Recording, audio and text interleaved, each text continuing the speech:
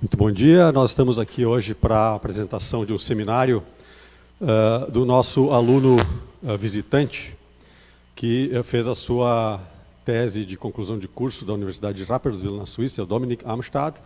O Dominik passou alguns meses conosco aqui, aprendeu um pouco de português, mas ainda não está muito à vontade para fazer a palestra em português, então ele vai apresentar a palestra em inglês, né?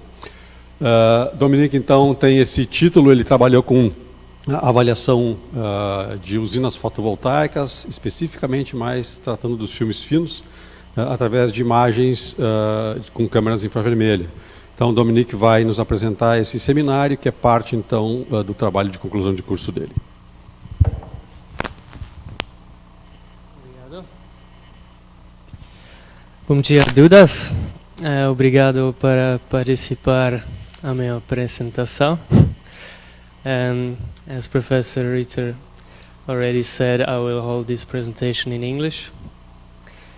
I will talk about infrared imaging of thin film PV plants using aerial inspection. This is the topic of my bachelor thesis that I've been writing here in the past 3 months. For those of you who didn't get to know me very well in this time, I would like to introduce myself very quickly and show you my data sheet. So I'm Dominik Amstad, 25 years old. I'm from Switzerland. I studied on this beautiful campus here in Switzerland in Rapperswil, in the technical high school in the University for Technology in Rapperswil. I did my Bachelor of Science in the past 3 years there, or I've been doing it, in renewable energies and environmental engineering. And now, since September, I'm here in Florianopolis in the laboratory here to write my thesis. I will talk in the next around 40 minutes. We'll give you a short introduction in the topic. I'll talk a little bit about fault theory and how they behave, how their thermal behavior is. I'll say something about the materials I used and which experimental sites. The main part will be the results and the discussion of them. I'll have a conclusion, and in the end I hope there is time for questions, and I hope we can have an interesting discussion about it. So this chart probably everybody of you know very well. In the past years PV is growing very rapidly. This makes the reliability of these PV plants more important, since their share in the grid grows as well. So for grid stability and also for economical rentability, it's important to have a high reliability. For this, we need a well-functioning operation and maintenance system, which includes a monitoring system to see if there is any power losses in your plant. If you find these power losses, you want to go and see what's the problem. So you could do a visual inspection. This is always very time consuming if you have a large PV plant. So there where comes aerial infrared thermography into play, or short aIRT. So this is when you mount an infrared camera on a drone and you fly over the PV plant to see the thermal activities of your faults. There has been many research about aIRT in the field of crystalline silicon, since this is the biggest technology in PV. However, thin film is a promising technology as well, and there is very little research in this area, so that's where it's interesting to do more research, and that's what I was doing. So this thesis examines the fault inspection of thin film PV plants by aerial infrared thermography. The questions I want to answer in this thesis is how practical is aIRT in fault detection of thin film PV plants, which faults can be detected and which not, how long does such an inspection take, how can this process be optimized, from which heights is it better to see these faults, and also what influence has the angle of view on these faults. And I want to compare this with these results from thin film to the results of crystalline silicon. So now I want to say something about the behavior of faults in PV modules. Most of the faults create some kind of heat, and therefore they can be detected by infrared camera. So most of the faults result in some kind of hotspot heating, which means there is one area in the module which gets warmer than the rest, like you can see here, this cell. This could be caused by a glass break or a cell crack. Also, if the glass is broken, there could be more of these broken cells. In thin film, it is the same principle. However, the cells in thin film are small and long, thin and long. So that's why the hotspot, as you can see here and here, they also have a longish shape. There are some other faults like bad connection, corrosion, which would lead to a smaller hotspot. There are shunts, which is like a small pathway, a shortcut for the current to go through this shunt and not through the load, so the power output is reduced. They also can get warm, like seen in this image of a thin film module. Then we have discoloration of the encapsulator, where the encapsulator gets another color like whitish or brownish. We have delamination, where the contact between the cells and the front glass gets lost and there is some air between. And also shading. All of these faults can lead to some form of hotspots, which can differ in the shape and in the size. We have other faults, for example, open circuits. They look the same in crystalline silicon and in thin film. Since they don't produce electricity, the heat irradiated from the sun is not transformed into electricity. So these modules warm up compared to the ones that are functioning normally. Short-circuited modules, in crystalline silicon they have this image here, which the cells randomly get warmer than others, and it's for thin film it's not known which is the effect of this. That's why I did some experiments out here on the carport. So to inspect, to do these inspections, I used this drone here, equipped with an infrared camera and a transmitting system to transmit the infrared image to the computer where it can be recorded. Then we would analyze these videos and further to see these faults, and then go on the field and further inspect with a handheld infrared camera, with digital camera, and with other measuring devices, also IV curve tracers. So the main site that we were inspecting was Cidade Azul.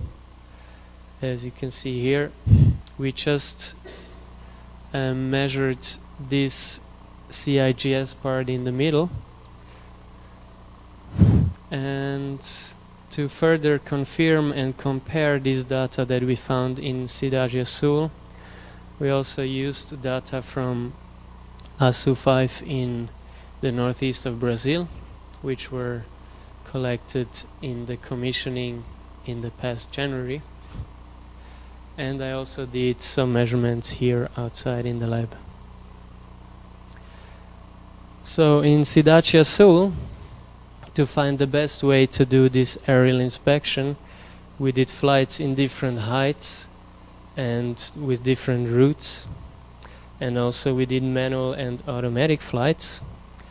So the automatic flight turned out to be much more practical, because as you can see, they are faster and the image is much more steady, because if you fly manually and there is wind, your drone is always shaking and the image is not very stable. Comparing the two flight routes that we choose one parallel to the model rows in red here, and one orthogonal to them in blue. Comparing these two, we could not say which one is better. We had some faults that were found in the first place in the red version and not in the blue one, and vice versa. So it was useful to have both routes to really see all the faults. However, if you have not the time to do both, it doesn't matter much. Also, the time is pretty much the same. The different heights, of course, if you fly in a higher altitude, it will be much faster. However, we will see that many faults are not detectable in these heights. So on this plant, all the faults that we found were collected and gathered on this fault map. This is the western part of the plant and the eastern part. So you can see here the yellow colored faults are open strings, and we have many of them, which is actually a bad thing, because we need to detect the faults, we need operating systems, because when there is no current in these open strings, we cannot detect the faults. There are a few examples, a few exceptions of this, which we will see later, which actually produced heat even though they were in open string. So before I dive into the results, I want to show you an example of a video, because all the images I will show you are screenshots from these videos, and some of them you might not, some faults you might not be able to see very clearly on the screenshot, but on the moving image they were clearer to see. Also, artificial artifacts, which are errors that lead to misinterpretation of the result, such as reflections or the angle of view, are easier to recognize when you have a moving image in a video. So let's see this. Here we have up here you saw a hot junction box, and this row here is actually open circuited, and you see the reflection of the sun lighting up here. We have here a bypass module which now kind of disappears in the reflection of a cloud and comes back out again. So it's useful to have this moving image. Here you see this white line is not a fault. This is actually the reflection of the neighbored table here. This one here is a broken cell. And now here you can also see the importance or the influence of the angle of view. So this row over here and this row over here, they are both normally functioning and have the same heat. However, due to the different angle of them, they appear to have different temperatures, which is not true. So this is a thing to be aware of as well. So now let's dive into the results. The first one is the open strings. Most of them were easy to detect, like this one here and these ones. They are brighter in the image. Some of them were not that easy to detect, like these ones here. You cannot see very clearly where this open string starts if it's open. So it was very useful to have a detailed string plan of this plant, and also to measure some currents. And we compared the performance data from the monitoring system to actually confirm these open strings. Comparing the different heights, you can see that from 30 meters compared to 20 you have a better overview, and it gets easier to actually see these open strings. And if you go even higher, it gets more clear due to this broader view, and you can see it better.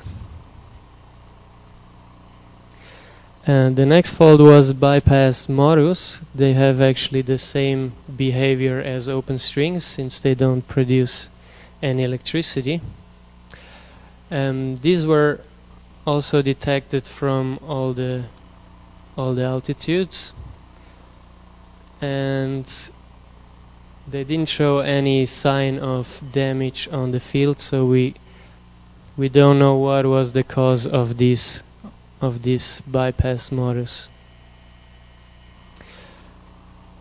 We found many models with a broken front glass. However, they were not detectable from the aIRT images, as you can see here on the left. There is no sign of any temperature change, and this is because these CIGS models here are manufactured in the substrate configuration, which means the thin film layers are on the backside glass, deposited on the backside glass. So if the front side glass breaks, the thin film layers stay intact and work normally, and they don't produce any heat. This was confirmed. We measured another module, and there was no power loss, even though the glass was broken. Then we had cell breaks, as we see here in this corner, and they were actually, all of them were caused by the breakage of the backside glass. Since the layers are on the backside glass, they break with this. So we expect here that this area of the module is producing normally, and the current has to flow through this smaller area here, because this area is disconnected. So this is like a bottleneck for the current, and the current density increases in this area, which leads to this hotspot heating. And this in turn can be detected from the aIRT image from 20, 30 and 40 and 50 meters. This particular model had a power loss of 21%.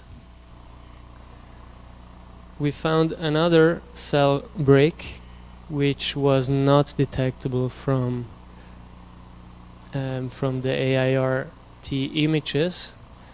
It was actually found because right next to it was a model with a hot junction box. And as you see, this break is perpendicular to the cells, parallel to the current flow. So the current appears to be able to flow just normal above and below of this crack, and therefore there is no change in the current density which would lead to any heating effect. So this fault, even though it had a significant power loss, was not detectable from the aIRT. Then we had hot junction boxes, which were all detected because of this small hot spot in the location of the junction box. This one here occurred with a corrosion on the cell and with a whitening on this band between the cells and the frame. And this one here, it appears that the heat actually originates inside of the junction box, which then probably leads to this corrosion. However, there were other cases which show the same image from the drone images, but they didn't show any corrosion, as you can see here, just this whitening of this band. And the heat here appears to originate from, maybe not from inside the junction box, but from above, maybe from the cells or from a connection between the cells and the box. Both of these were detectable from 20 meters altitude only, not from higher ones. We had this fault here that actually looked the same as a hot junction box from the aIRT image, but it was, as visible in this image, a bad soldering connection, which then leads to the heating. This model here showed a fault which looks like a discoloration of the encapsulant. This corner here is like a bit whitish, and it leads to a hotspot in this area. And this fault was detected by the drone image, but only in one single flight that we took, and this flight was taken in the morning in bad weather conditions. We had like 50% cloud coverage, so the irradiation was constantly changing, so this flight was repeated in the afternoon. And this fault was only visible in this flight with bad conditions, and in all the other flights where the conditions actually were good and the required conditions, it was not visible anymore. So for some reasons that we don't understand, this fault is producing more heat when the conditions are worse.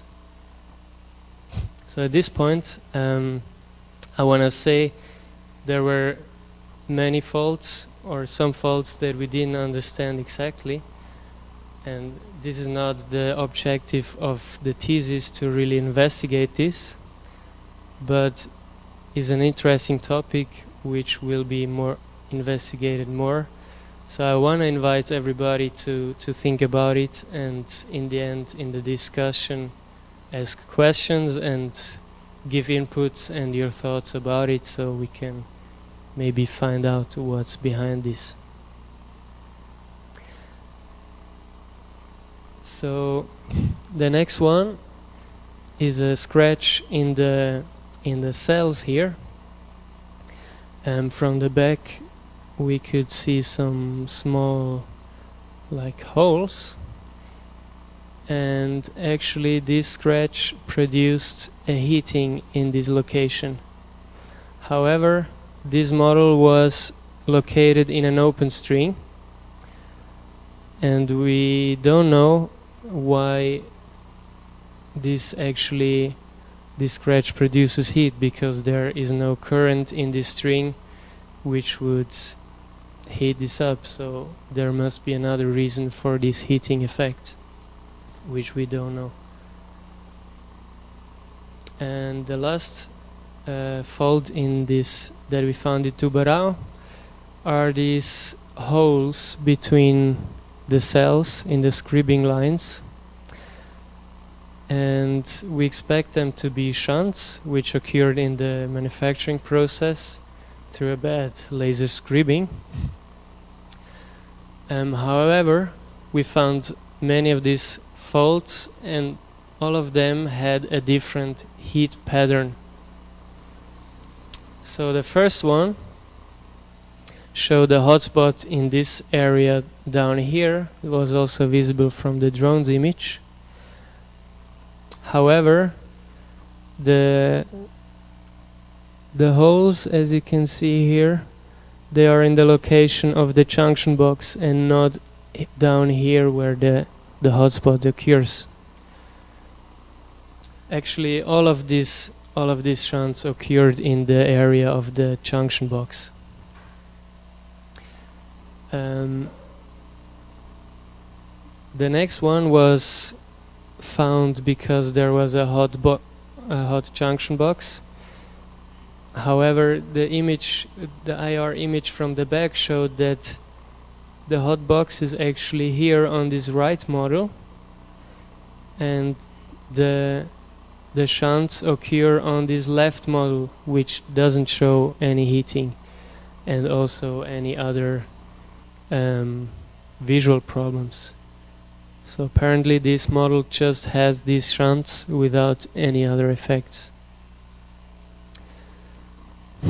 Then this one was found because this longish hotspot on this model here, visible from the drone as well. However, when we investigated, we found that the shunts actually were on the left side of the model here, and the heating effect is on the right side of the model. So maybe this is connected, maybe not. Just from the image, from the thermal image, it could also be a short-circuited model, as we will see in a few slides. And then we have this one here that produced actually a hotspot where the shunts are located. From the front we could see some small bubbles, but these models were also located in an open circuited string. So again, there is no current, but still there is a heating effect. So these were all the faults that we found in Tubarão. Now, to confirm this, we analyzed the data from ASU, and they found there the open strings, they had the same behavior as in Tubarão. They found some hotspots caused by glass breakage, and in the case of ASU, they had cadmium telluride modules which are in the superstrate configuration, which means the cells are on the front glass, and if this one breaks, the cell breaks. So this can be compared to the cell breaks that we had in Tubarão. And they also show these longish hotspots. Then there was one delamination point visible here that was detected by aIRT through this small hotspot here. And there were 6 shaded modules by plants which were found through these hotspots visible from the aIRT. The short circuit test that I did out here on the carport. On this image you can see this is one substring. This was functioning normally, as well as these ones over here. Then this substring here, the second one is open circuited, and the third one here is actually short circuited. So you can see that this modus parts, some of these cells get warmer here and here. So when you think back to the image of the crystalline silicon model, where also the short-circuited models showed randomly heating of different cells, so this is actually the same principle. Different cells get heated, and this was detected or visible very good from 10 meters. From 20 meters it was more difficult, as you can see there, because the camera always autocorrects the calibration, so, or the colors of the image. So since there is more cold areas around here, the temperature or the color differences on these models here get smaller and makes it harder to detect. So to summarize all of these faults, we found open strings and bypass models. They were all detected from 20, 30 and 50 meters. Also the cell breaks which had a diagonal shape which leads to a hotspot.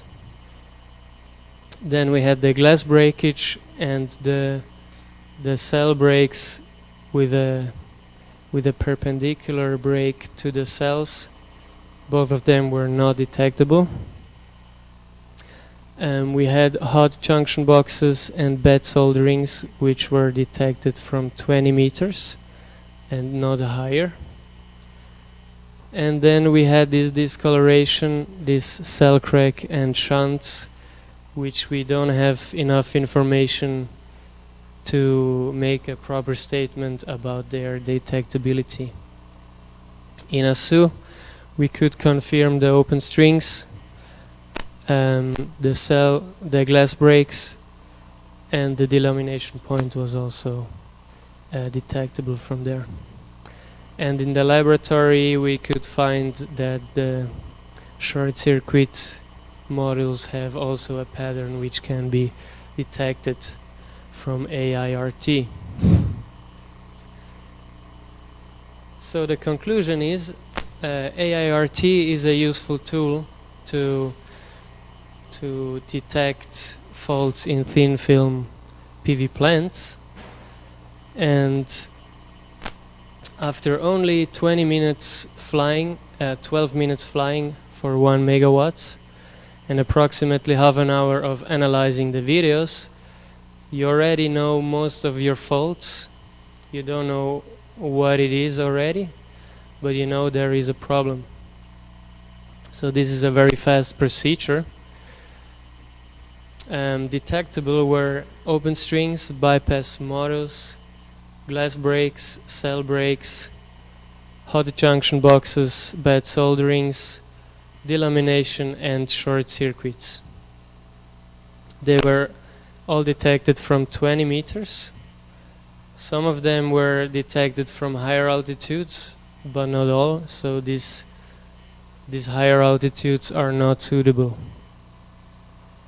Not detected were glass breaks if the model is in substrate configuration, and also cell breaks which have a certain shape that did not cause a hotspot. The angle of view to see these faults, it's recommended to be close to 90 degrees. However, to see some faults, it was useful to have different angles. So it was good to have also different flying routes and the moving images of the video to see these faults better and have different angles of view. Comparing these results to the crystalline silicon, the heat patterns of the faults look mainly the same. Just because of the shape of the cells, the hotspots also have different shapes. And a big difference was the reflections on the thin film models were much more intense than on crystalline models, which makes it more difficult to handle the reflections, and it makes it more important to have a clear sky, to have less clouds which cause reflections. So at the end of my presentation, I want to take this chance to thank Professor Rüther to make this possible for me to do this, to do my thesis here and to have this experience to work in another country. Also thank my professor in Switzerland to organize this. I want to thank Alini for supporting me as a supervisor and always be excited when we found some new faults. I also want to thank all the others that helped me with measurements or in the daily life in the lab. And I want to thank all of you for your attention, and please join the discussion now. Thank you.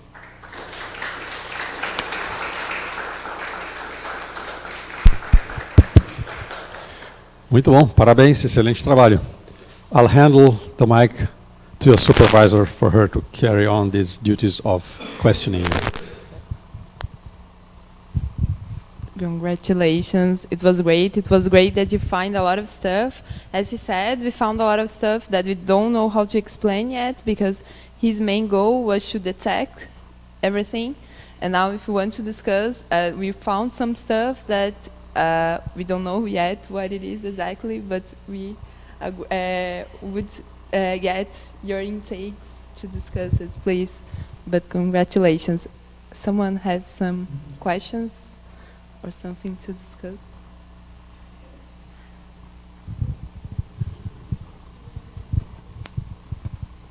Yeah, about you show two kind of images: colored images and white and black images. Yeah. And they were made with the same camera, or no. This is a.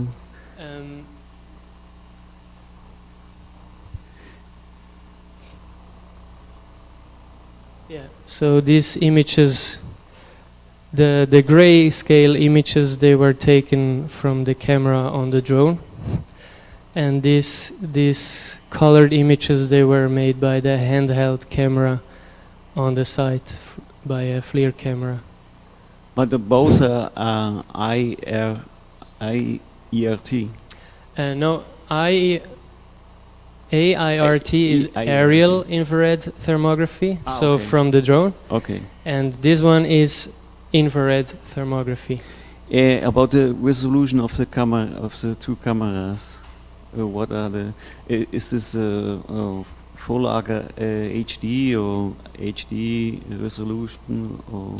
I would have to check the resolution in my thesis. I don't know it by heart. Yes, because this is important. If this you may in relation to the height of the image in the detectability.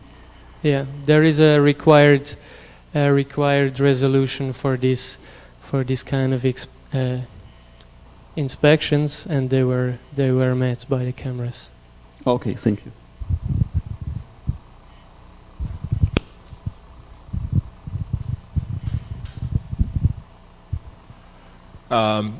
So since our thesis is not addressing actually the causes, but more the aspects of the methodology, so my questions are basically following that,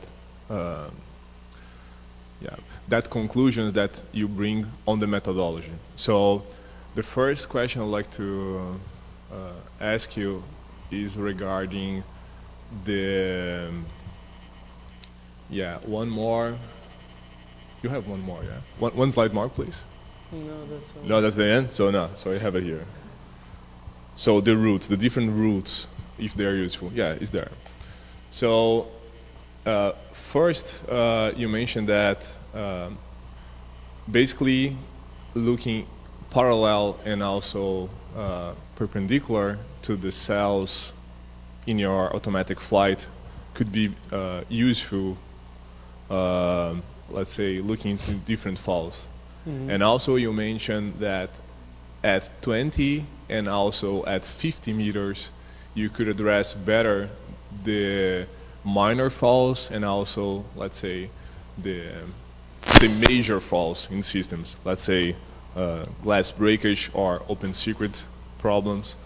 So what should be your contributions on methodology looking into, let's say, the automatic flying of the system? You should recommend that we should fly parallel, perpendicular at 20 and at 50 meters, and that probably will be, let's say, the best way to do it, or what we can skip in all the different combinations of highs and directions of flight. Yeah. Let's go to this. So I would recommend to do, of course, the flight in 20 meters because all the faults were detected there. If there is a time, it's useful to have this 50 meters flight because it's easier to detect the open strings, for example. Mm-hmm. Or also, if you just want to see where are your open strings, you can forget about the lower flights and just fly in 50 meters. And I would recommend to just do the parallel flight. There is not much of a difference. It's just easier to keep tracking and keep the overview when you can follow the rows and not always changing. So I would say do one parallel flight in 20 meters and one in 50, both automatic. And what's the minimum height of flight for the automatic flying? This was 20 meters. 20 meters. Yeah, this is the lower the border, lowest flight, the limit, the lowest altitude of flight.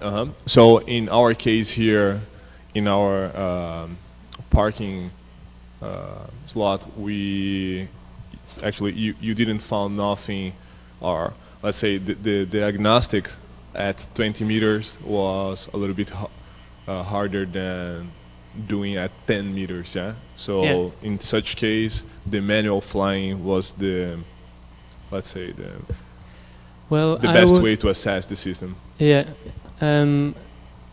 but since it was hard to detect from 20 meters because of this auto scale of the camera, I would expect if this was on a plant with a table here and a table here, this auto scale would not fall out of scale that much, so you would see it also better from 20 meters. Can you back 2 slides in slide 28? So,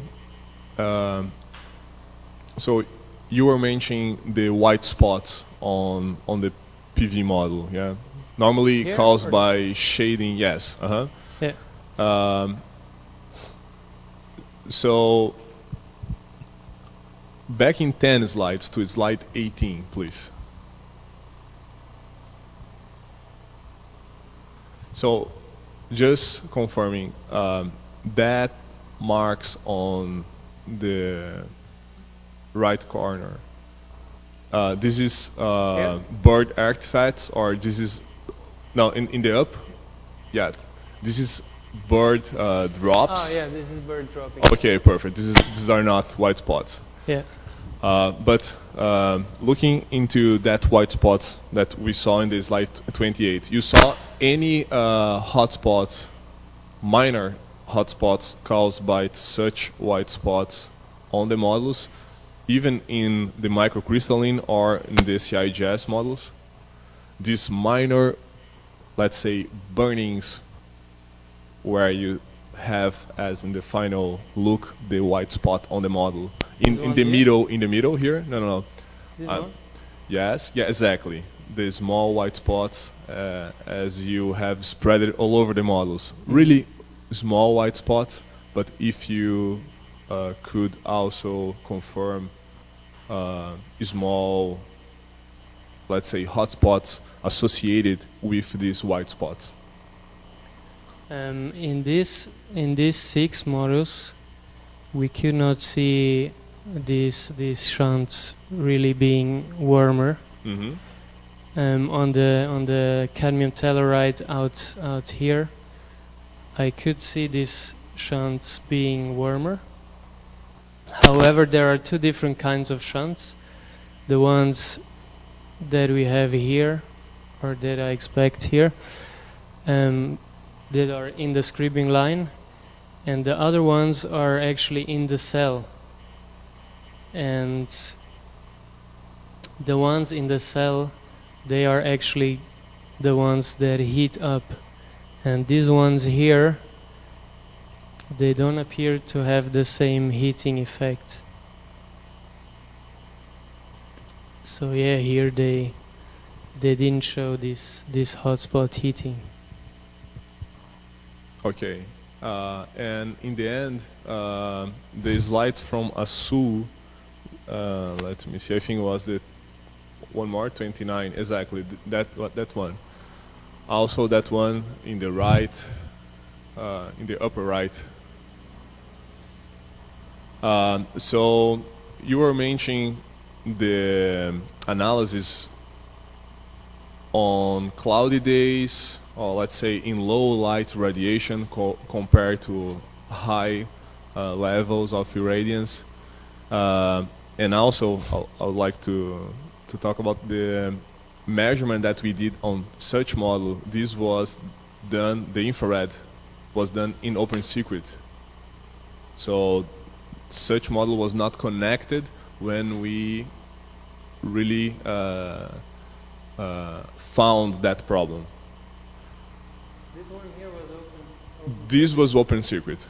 Oh. This picture is open circuit. And really, really small mark there. So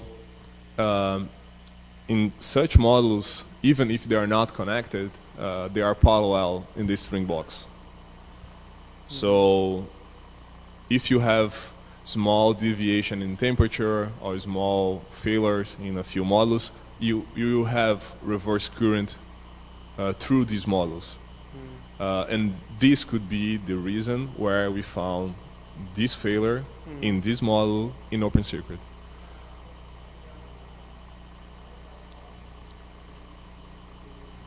Yes. And also this could be the reason, exactly, that was the catch. But also you mentioned that in a few flights in low irradiance was slightly better to identify the failures compared to high irradiance. For us in field, in ASU also, in a few cloudy days, we could also identify failures a little bit, let's say, better, easier than in high irradiance in clear sky days. Yeah. So also we share the same insights that for different problems, sometimes in low irradiance, since you could have less reflection or other causes sometimes could be better to identify the problems, and so we agree with that. I have a guess as well that can be something with the humidity. So it's a bad day, so the humidity is inside of the module getting in somehow, and the hotspots more like prominent.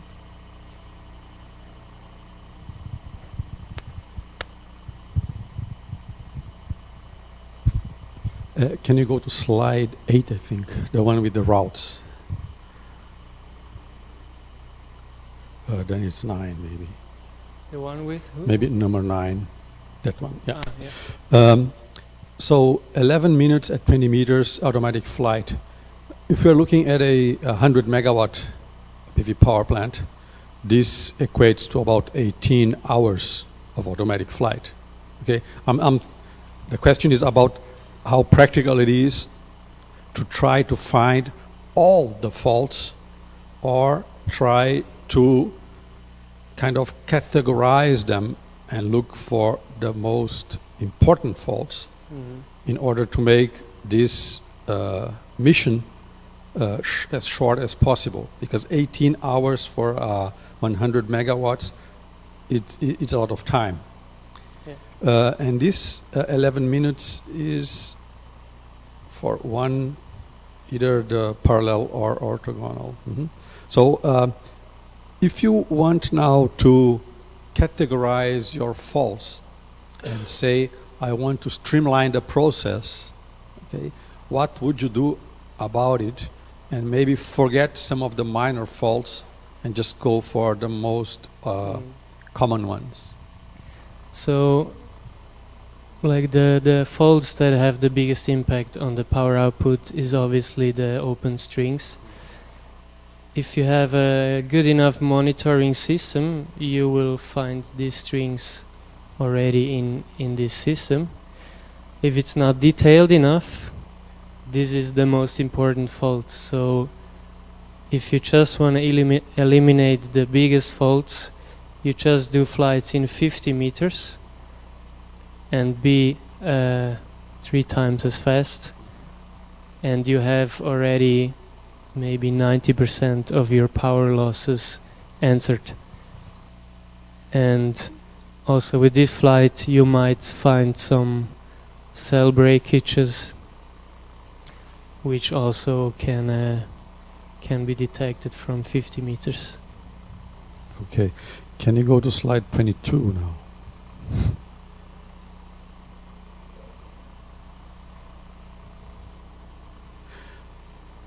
Yeah, here is when you mentioned on the image on the right that that whitening was only detectable under cloudy weather. Yes.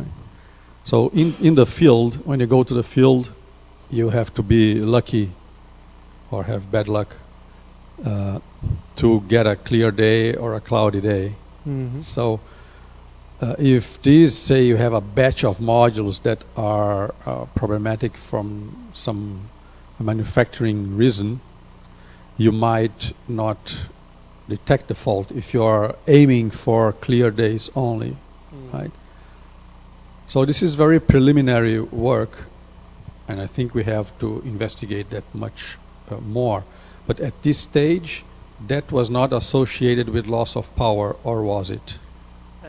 This fault here had a power loss of 6%, so it is not necessarily that this is caused by this fault. It could be also in the normal range of degradation after 4 years. Also, it's not exactly clear what this fault is, if it's really a discoloration or something else maybe.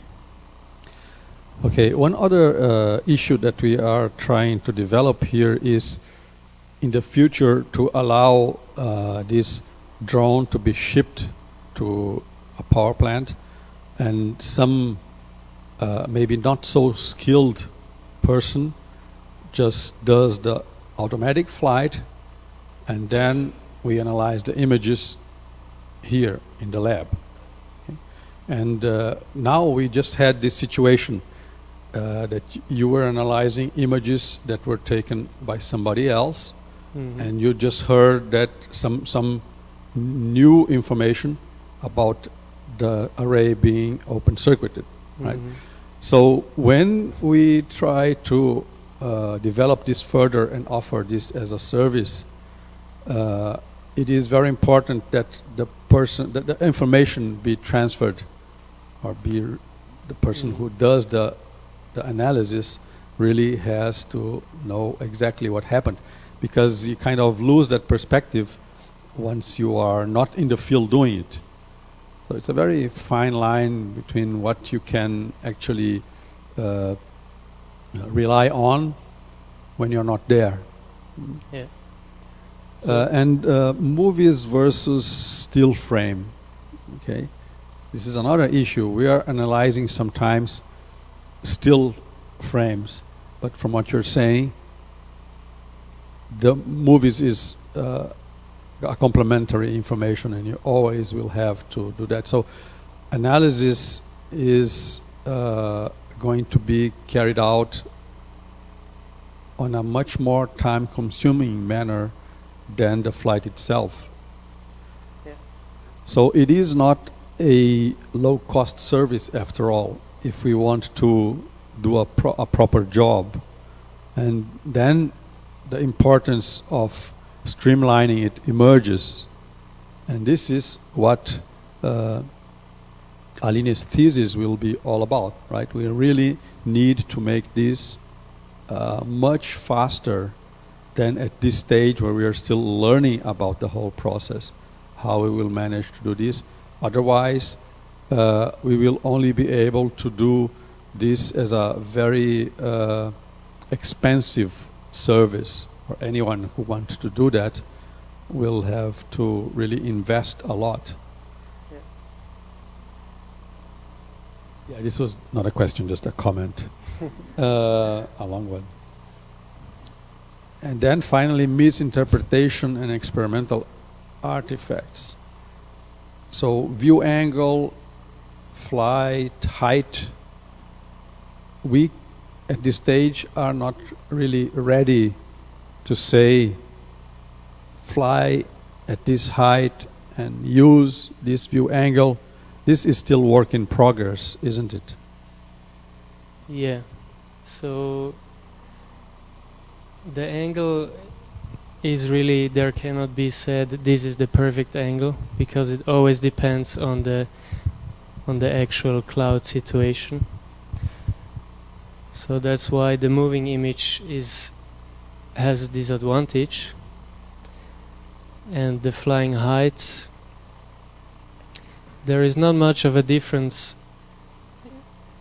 Well, with the flying height also the angle of view changes. So this is where it is an advantage to have these higher altitudes, because you don't have this big difference of the angle. Yeah.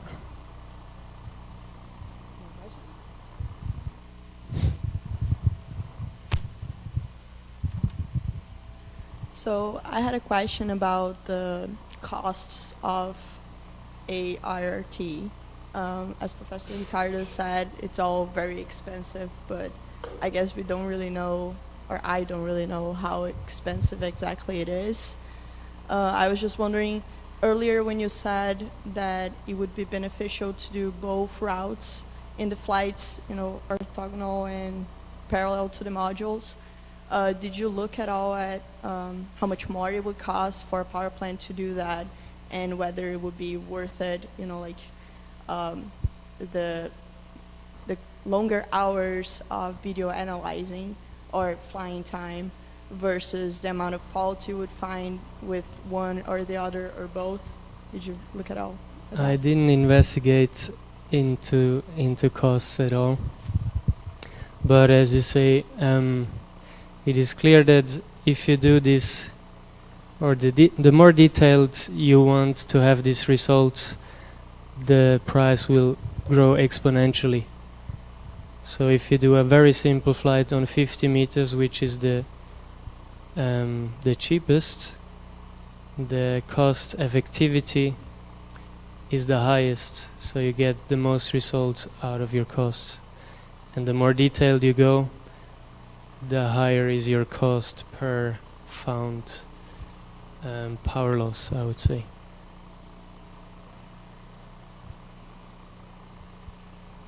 I have a question. First of all, congratulations on your presentation. It was really interesting. Thank you. During your experimentations, were you able to compare the differences between the rotation of the drone in the analysis?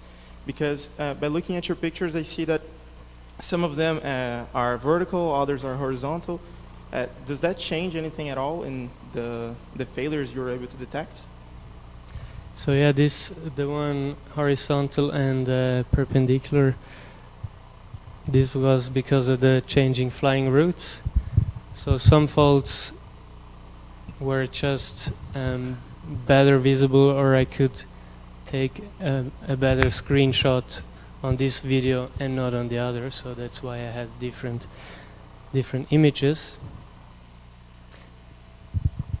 And